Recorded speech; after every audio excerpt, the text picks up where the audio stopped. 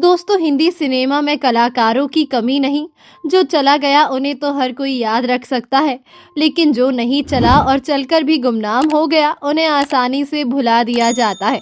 आज हम बात कर रहे हैं मधु मल्होत्रा के बारे में, जो हिंदी सिनेमा में कई बेहतरीन फिल्मों में नजर आ चुकी है, लेकिन उन्हें पहचान के तौर पर मिला भी तो क्या, सिर्फ गुमनामी।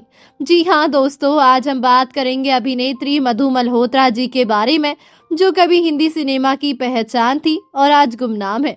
तो चलिए बिना वक्त गवाए शुरू करते हैं आज की हमारी इस वीडियो को। लेकिन उससे पहले अगर आप हमारे चैनल पर नए हैं तो चैनल को सब्सक्राइब जरूर कर लें। मधु मल्होत्रा का जन्म भारत में एक साधारण परिवार में हुआ था। बचपन से ही उन्हें कला और अभिनय में रुचि थी। स्कूल के दिनों में वे नाटक, सांस्कृतिक कार्यक्रमों और मंचीय प्रस्तुतियों में हिस्सा लिया करती थी। उनकी अभिव्यक्ति और संवाद बोलने की शैली इतनी प्रभावशाली थी कि शिक्षक और मित्र उन्हें आगे अभिनय की दुनिया में जाने की सलाह देते थे। उनका बचपन सामान्य लेकिन संस्कारों से भरा हुआ था। परिवार ने भी उनकी रुचि को समझा और उन्हें आगे बढ़ने के लिए प्रेरित किया। यही कारण था कि पढ़ाई के साथ साथ उन्होंने अभिनय और सांस्कृतिक गतिविधियों में भी अपनी प्रतिभा को निखारा।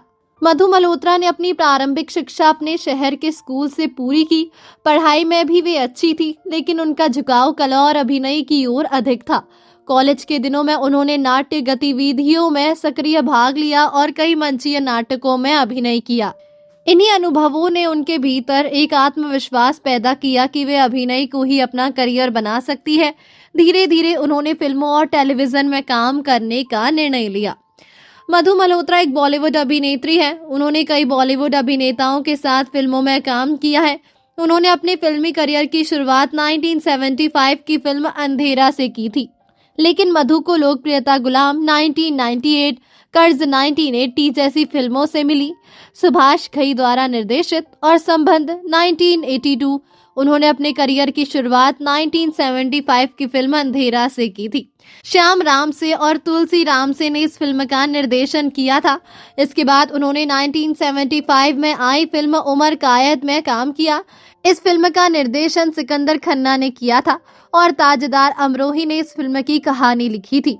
उन्होंने 1977 में अली बाबा मर्जीना फिल्म में काम किया। इस फिल्म में उन्होंने नसीम की भूमिका निभाई। केदार कपूर ने इस फिल्म का निर्देशन किया था।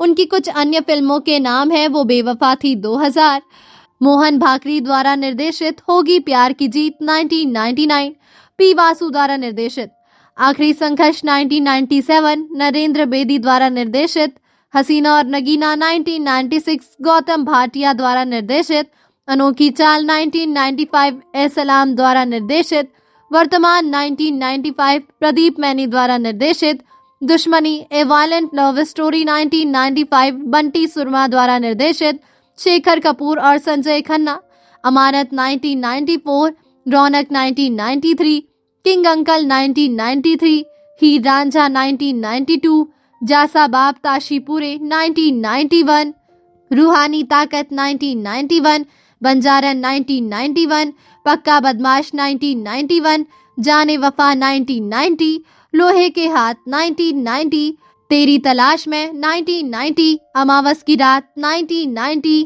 दाना पानी 1989, खूनी मुर्दा 1989, घरवाली बाहर वाली 1988, जख्मी औरत 1988, सुरमा भोपाली 1988, कारतूस 1988, पड़ोसी की बीवी 1988, प्यार के 2-4 दिन 1987, परम धर्म 1987, खूनी महल 1987, बेसहारा 1987, रात के अंधेरे में 1987, वो दिन आएगा 1987, ओम 1986, भगत 1985, राजा और राणा 1984 जैसी और ना जाने कितनी फिल्मों में अभिनय किया।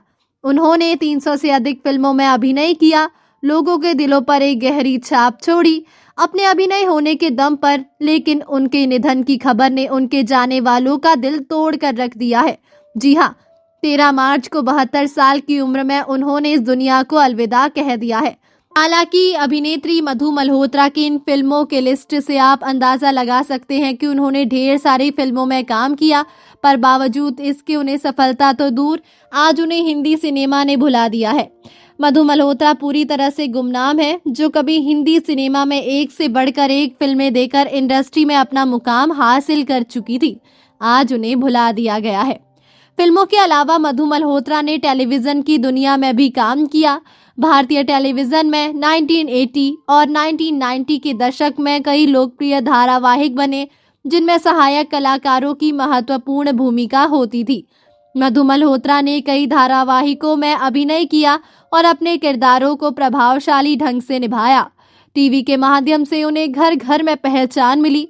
उनकी अभिनय शैली बहुत स्वाभाविक थी, इसीलिए दर्शक उनके किरदारों से जुड़ाव महसूस करते थे। मधु मल्होत्रा ने हिंदी फिल्मों में सहायक भूमिकाओं में काम किया। उनके अभिनय की खास बात ये थी कि वो छोटे किरदार को भी जीवंत बना देती थी। उनके चेहरे के भाव और संवाद बोलने का अंदाज दर्शकों को प्रभावित करता था। उन्होंने कई फिल्मों में माँ, बहन, रिश्तेदार या अन्य पारिवारिक भूमिकाएं निभाई थी। इन भूमिकाओं में उनकी सादगी और स्वाभाविक अभिनय दर्शकों को काफी पसंद आया था। उनका फिल्मी करियर भले ही मुख्य अभिनेत्री के रूप में बहुत बड़ा ना रहा हो, लेकिन उन्होंने अपने समय के कई लोकप्रिय कलाकारों के साथ काम जरूर किया और अपनी अलग पहचान बनाई थी। आपको बता दें, इन बेहतरीन फिल्मों में अभिनय करने के बाद भी उन्हें सिर्फ गुमनामी मिली और वो मरने से पहले तन्हा और गुमनाम जीवन व्यतीत कर रही थी। दरअसल मधु मल्होत्रा को हमेशा हेमा मालिनी की भतीजी मधु समझ लिया जाता है। हालांकि इनकी पहचान अलग है। आपको बता दें, मधु मल्होत्रा जी ने अभिनेता केदारनाथ सहगल, आपके छोटे भाई मदन सहगल से विवाह किया था। मदन सहगल का मोटरसाइकिल से एक्सीडेंट होने के बाद वो काफी समय तक बिस्तर पर भी रहे थे। तो दोस्तों, अभी के लिए बस इतना ही। मिलते हैं अगले वीडियो में, तब तक आप अपना ध्यान रखिए। Bye bye.